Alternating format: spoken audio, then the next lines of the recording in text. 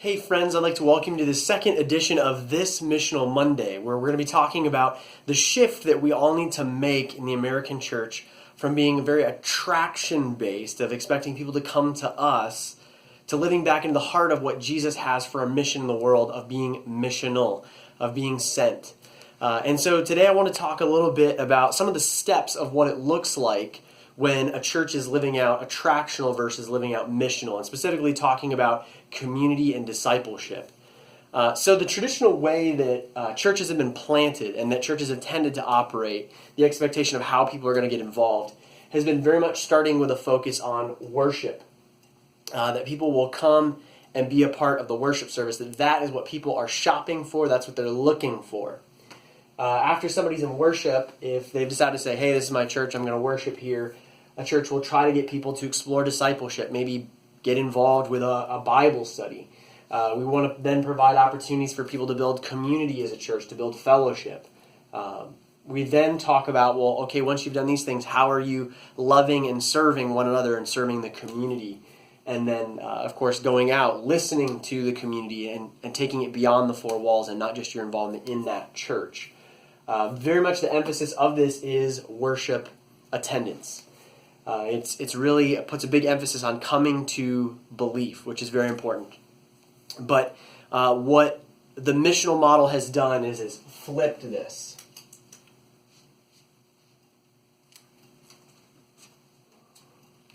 And of course they all flipped around there, but what it has done is it reversed the order. Now historically, this attractional model has been something that's been very popular the last 50 years in the United States on how to plant churches, how to run churches, because we've lived in a quote-unquote, Christian culture. And so people have looked for churches. That's how people have gotten involved. And so this is the way we've thought of it. But more historically, this is the way that the church has actually tended to operate, of people coming into a place with a missionary mindset. Of the first thing you do is you're not coming to fix people, you're not coming to just preach at people, you're coming to listen to the community, to understand the community, to see where the community is hurting, where it is thriving, what the issues are, how it relates, to come and see the community as God sees the community, so you can have the heart, the same love that God has for the community. From that heart, from what you see and learn, you move into loving and serving the community, of how can you be in service to those people that you believe God is calling you to love. When you're loving and serving the community, you want to keep moving into building community, of building that community together, of getting people together into relationship with one another.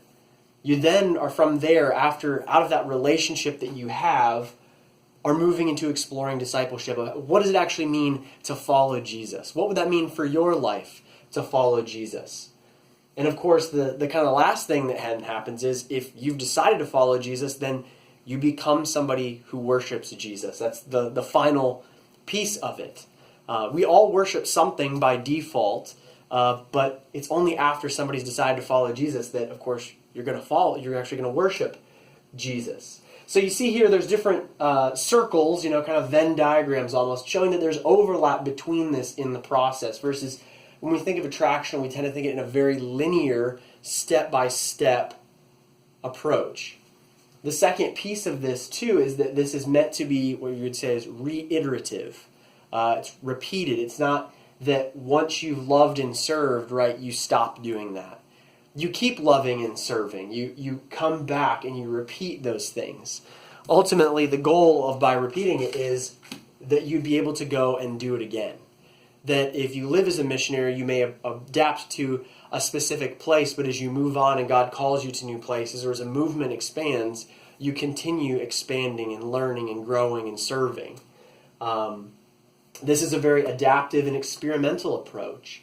You're not coming in with a set program and just punching through all the different pieces. We're going to worship, and then we're going to start small groups, and then we're going to have fellowship dinners, and then we're going to serve. No, you're really constantly learning on your feet. You have to keep adapting. It is something that has been done in a number of places. We see it in the Bible. In Acts, Paul at Mars Hill came in and he saw the different idols, the altars that people had, And that's how he approached them. He didn't just throw up a tent revival and say, come to me, come and check out what I've got. He very much understood the place where he was. We see it in St. Patrick in Ireland, who very much understood the Celtic understanding of life and saw the areas where it overlaps with the gospel of Jesus Christ. And, of course, the early Methodists. You couldn't even come to an early Methodist worship gathering unless you had been a part of a class meeting. So this is just kind of a broad overview. I'll put some resources. Fresh Expressions uses this approach specifically. They're thinking about how do we start Christ-centered community in our community and not just getting people to come and starting it new in different ways that don't look like church normally looks like. They don't look like the normal attractional church.